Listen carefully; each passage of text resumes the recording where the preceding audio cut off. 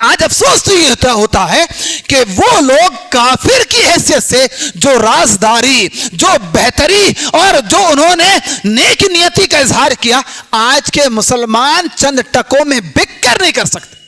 چند ٹکوں میں بکنے والے مسلمان آج مسلمانوں کی اینٹ سے اینٹ بجاتے۔ آج مسلمانوں کو سب سے زیادہ نقصان کس کے ذریعے سے ہوتا ہے؟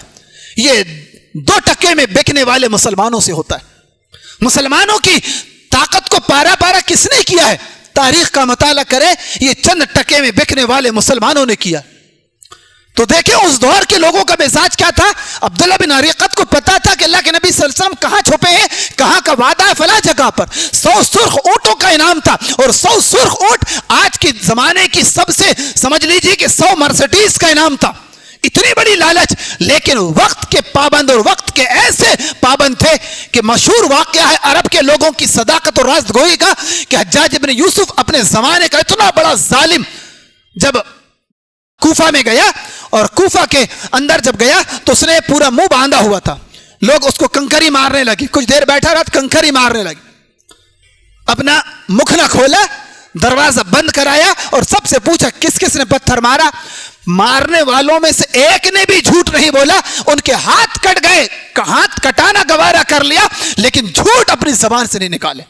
بلکہ ہند نے تو یہ کہا تھا، ہندہ رضی اللہ عنہ نے، کہ کیا کوئی شریف انسان جھوٹ اور زنا جیسی بری قباحتوں سے اپنا تعلق رکھ سکتا ہے؟ تو بہرحال عبداللہ بن اریقت ایک کافر سے اللہ کے نبی صلی اللہ علیہ وسلم نے مدد لی۔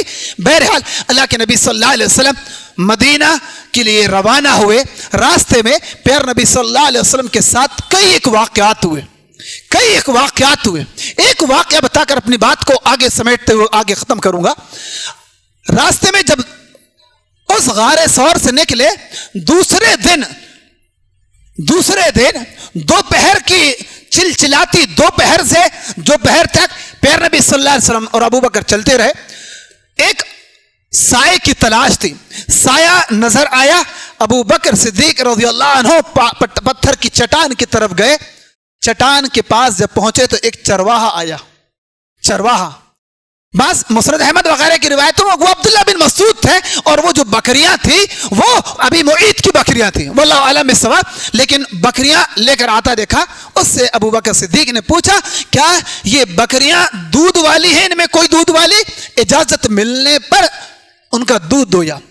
اس سے سبق یہ ملا کہ انسان کو کسی کی بھی کوئی چیز اگر استعمال کرنا لینا چاہتا ہے تو مالک کی، اس شخص کی اجازت ضروری ہے۔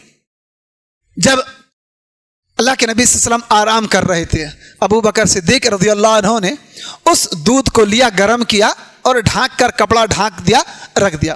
آپ صلی اللہ علیہ وسلم کی نیند کھل گئی، آپ بیدار ہوئے۔ آپ صلی اللہ علیہ وسلم نے پوچھا کیا کوچ کا وقت نہیں آیا، چلنے کا وقت نہیں آیا؟ کہ اللہ کے نبی پہلے دودھ پی لیجئے۔ ابو بکر نے نہیں پیا رضی اللہ عنہ، ابو بکر نے نہیں پیا، اللہ کے نبی صلی اللہ علیہ وسلم کو پلایا۔ جب اللہ کے نبی صلی اللہ علیہ وسلم دودھ پی کر سیراب ہو گئے، آپ نے دودھ تناول کیا، آپ سیراب ہو گئے۔ صحیح بخاری کی روایت صحابہ کے مرتبے اور صحابہ کے مقام کو احساس دلاتی ہے۔ ابو بکر صدیق رضی اللہ عنہ کا فرمان ہے فَشَرِبَ حَتَّى رَضِيتُ، اللہ کے نبی نے دودھ پیا یہاں تک کہ میرا دل خوشی سے اچھل گیا، میں خوش ہو گیا۔ سبحان اللہ، قربان جائیے صحابہ کی محبت پر۔ دودھ پیارے نبی نے پیا تھا، ابو بکر صدیق نے نہیں پیا، لیکن خوشی کس کو ہو رہی ہے؟ فشربا، نبی نے دودھ پیا، ابو بکر کے فرماتے ہیں حتی رضیتو، یہاں تک کہ میرا دل خوشی سے اچھل گیا کہ پیارے نبی اب دودھ سے سیراب ہو چکے، دودھ آپ نے پی لیا۔ اسی وجہ سے کسی نے کہا تھا کہ ابو بکر ایک آئینہ تھا، ابو بکر آئینہ تھا، اس آئینے میں صرف نبی نظر آتے تھے۔ وہ آئینہ ایسا تھا کہ صرف نبی نظر آتے تھے۔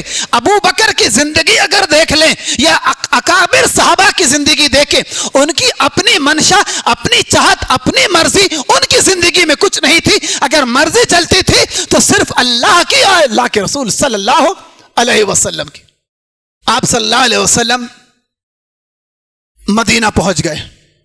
آپ صلی اللہ علیہ وسلم نے قباء کے اندر پہلی مسجد تعمیر کی، مسجد قباء پھر مسجد نبوی آپ صلی اللہ علیہ وسلم نے اپنا گھر تعمیر کرنے سے پہلے مسجد نبوی کو آپ صلی اللہ علیہ وسلم نے تعمیر کرایا. یہ آپ صلی اللہ علیہ وسلم کی ہجرت. It's Al Fajr Educational Foundation presentations.